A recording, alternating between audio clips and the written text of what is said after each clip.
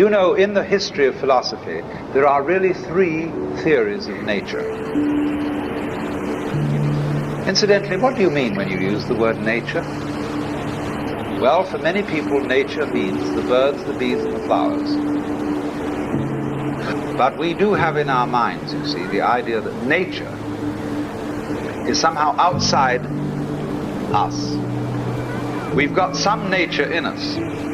We say there's a thing called human nature, and mostly bad. You might be a fatalist if you think that you are a sort of puppet which life pushes around.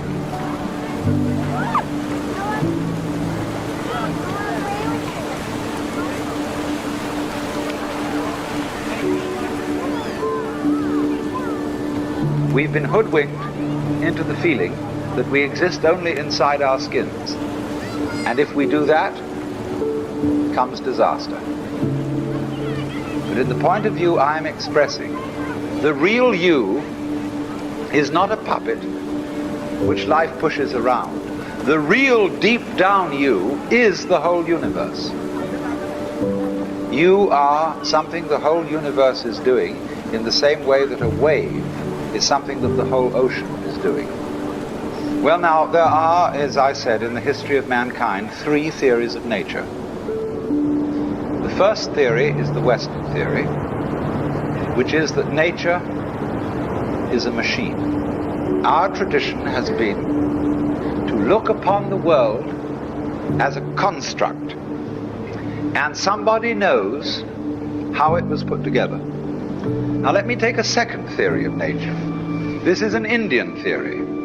Basic to all Hindu thought is the idea that the world is maya, which means many things. It means magic, illusion, art, play. All the world's a stage. And in the Hindu idea, there is the ultimate reality of the universe, is the self. You are a function of this total galaxy, bounded by the Milky Way, and that furthermore this galaxy is a function of all other galaxies.